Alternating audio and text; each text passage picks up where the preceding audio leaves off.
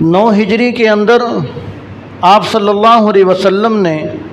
حضرت ابو بکر صدیق رضی اللہ تعالی عنہ کو حاجیوں کا امیر بنا کر بھیجا اور حج کے لیے روانہ کیا، اور 10 ہجری کے اندر آپ صلی اللہ علیہ وسلم خود حج کے لیے تشریف لے گئے، اور جب حج پہ جانے کا ارادہ کیا تو صحابہ کرام کے اندر اعلان کروایا کہ آپ صلی اللہ علیہ وسلم خود حج کے لیے تشریف لے جا رہے ہیں، جو حضرات حج پہ جانا چاہتے ہیں جمع ہو جائیں۔ تو صحابہ کرام کی خوشی کی انتہا نہ رہی کہ ایک حج پہ جانا ہے اور پھر حضور صلی اللہ علیہ وسلم کے ساتھ حج کرنا ہے،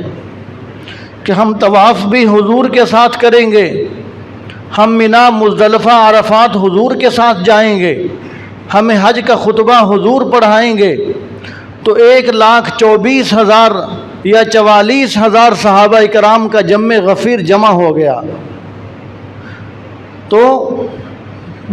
25 یا 26 ذی-القعدہ کو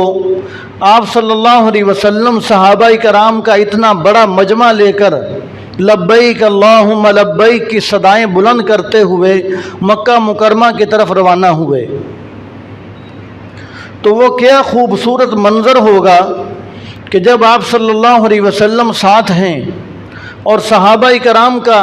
اتنا بڑا جمع غفیر ساتھ ہے، اور جہاں سے گزر رہے ہیں وہ علاقہ، وہ بستی تلبیہ سے لبیک اللہم لبیک لبیک لا شریک لک لبیک ان الحمد والنعمت لک والملک لا شریک لک تلبیہ کی صداؤں سے پوری بستی گونجتی رہی۔ میں تو یہ کہتا ہوں کہ مکہ مکرمہ سے لے کر مدینہ منورہ تک وہ ایک ایک ذرہ خوش نصیب ہے، وہ ایک ایک پہاڑ خوش نصیب ہے، ایک ایک درخت خوش نصیب ہے جس نے اتنا خوبصورت مجمع دیکھا کہ جس کے امیر حضور پاک ہیں، اور حج کے لیے یہ قافلہ روانہ ہے اور تلبیہ لبیک اللہم لبیک کی صدائیں بلند ہو رہی ہیں۔ يا أيها الذين آمنوا اتقوا الله وكونوا مع الصادقين